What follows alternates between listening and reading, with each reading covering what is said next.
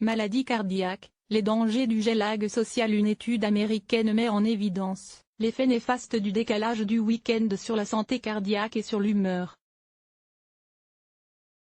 Le vendredi soir, la fête commence.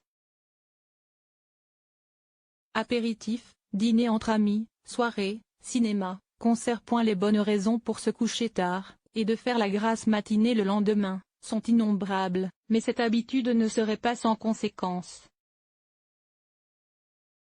Différentes études l'avaient déjà pointé du doigt, et une dernière en date le confirme: avoir un rythme de sommeil décalé le week-end par rapport à la semaine, appelé le jet lag social, est mauvais pour l'humeur et pour la santé. L'étude, présentée à la conférence américaine Sleep, a été menée par des chercheurs du programme de recherche en sommeil et santé de l'Université de l'Arizona, aux États-Unis, sur 984 adultes âgés de 22 à 60 ans.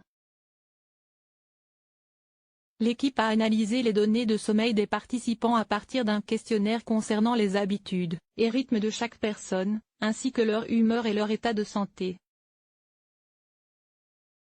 Régularité et santé. Résultat: près de 85% des volontaires à l'étude ont déclaré qu'ils dormaient plus tard pendant les jours de repos.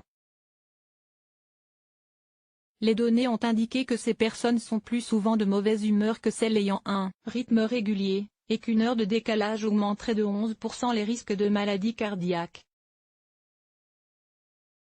Les résultats montrent que la régularité du sommeil, outre la durée du sommeil en elle-même, joue un rôle significatif sur notre santé, explique Sarah Abbey.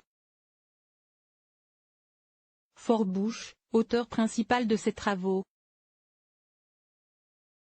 En effet, le jet lag social décale l'horloge biologique et le rythme naturel, comme si une personne prenait un avion de Paris à New York en début de week-end et qu'il faisait le trajet retour le lundi. Passer d'un fuseau horaire est très fatigant pour le corps.